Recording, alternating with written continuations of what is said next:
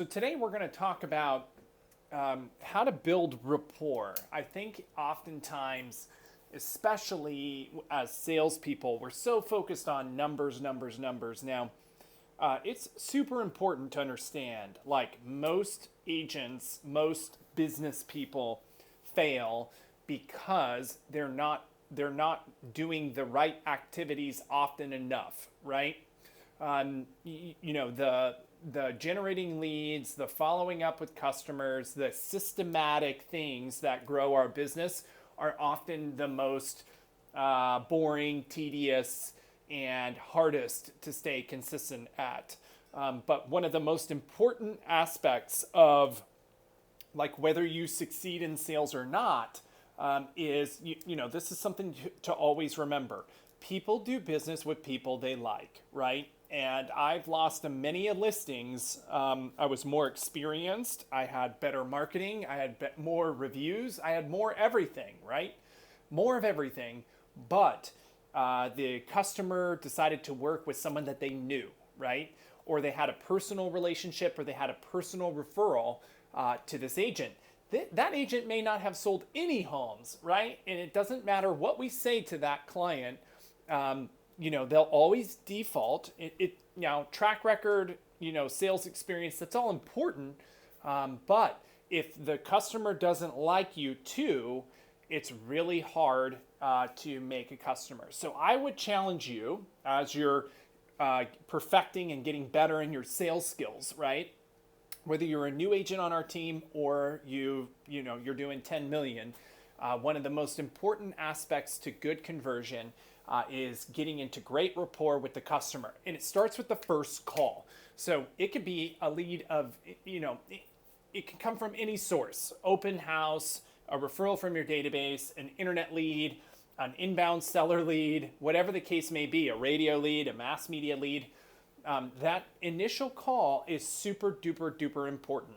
And I'm going to hit on some like 3 key points to focus on when you take that initial call with a customer that are going to help you get into rapport, even if you're not the best salesperson yet.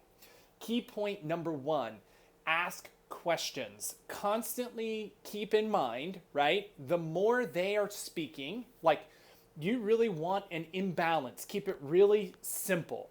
We want to simplify this conversation.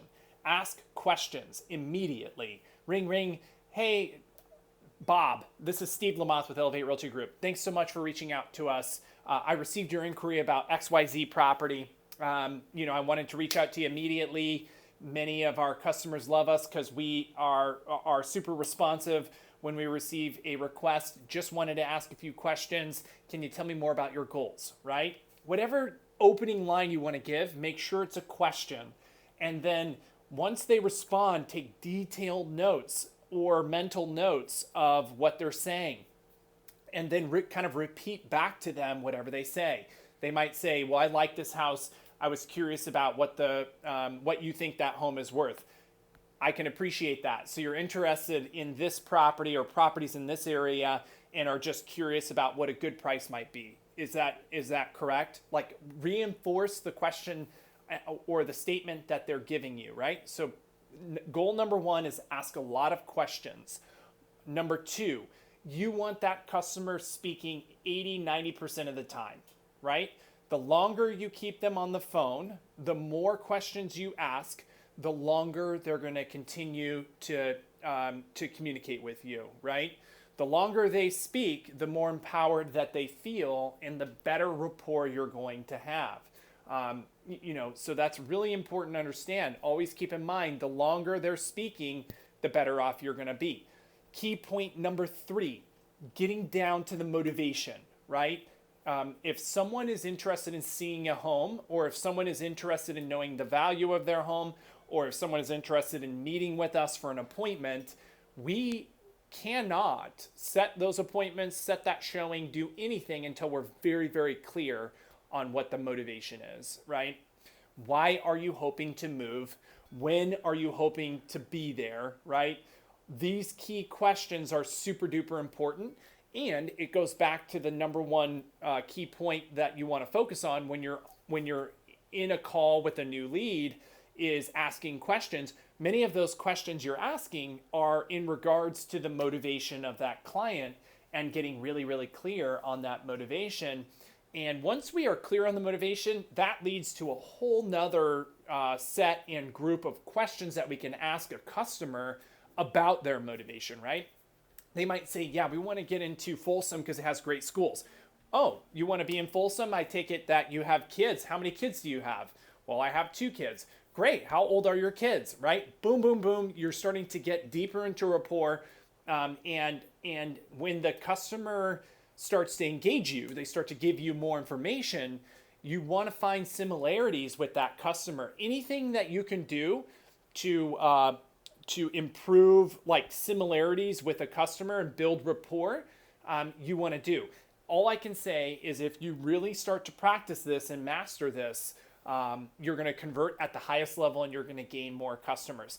Another great way that you can improve your ability to build rapport is spend 15 to 20 minutes every day looking at current events. Listen to the news, Google financial news, right? This is kind of my methodology in the morning.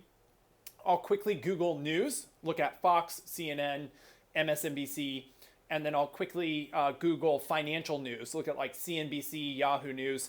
If I do a quick 20-minute update on all those current events, I can get a pretty good sense of if they're Republican or Democrat or if they're a financial guy or not. I kind of know what's going on this week, today. In the event I have a conversation with someone, I can pull information from those quick Google queries that can help me get into rapport. So that's one of the things we train you in your first 90 days is just doing a quick 15 to 20 minute Google search on what's going on in the world today, because it's going to make you a smarter business person. It's also going to help you in your sales career. So breaking it down on the initial call, this works for all calls, but it's most important on the first contact with the customer because it's going to help you solidify that relationship. Key point number 1, ask tons of questions. The more questions, the better.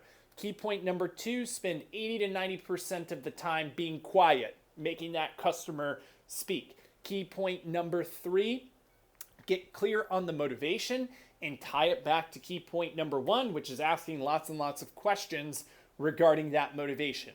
If you get really, really good at these 3 things, you're going to crush your sales career.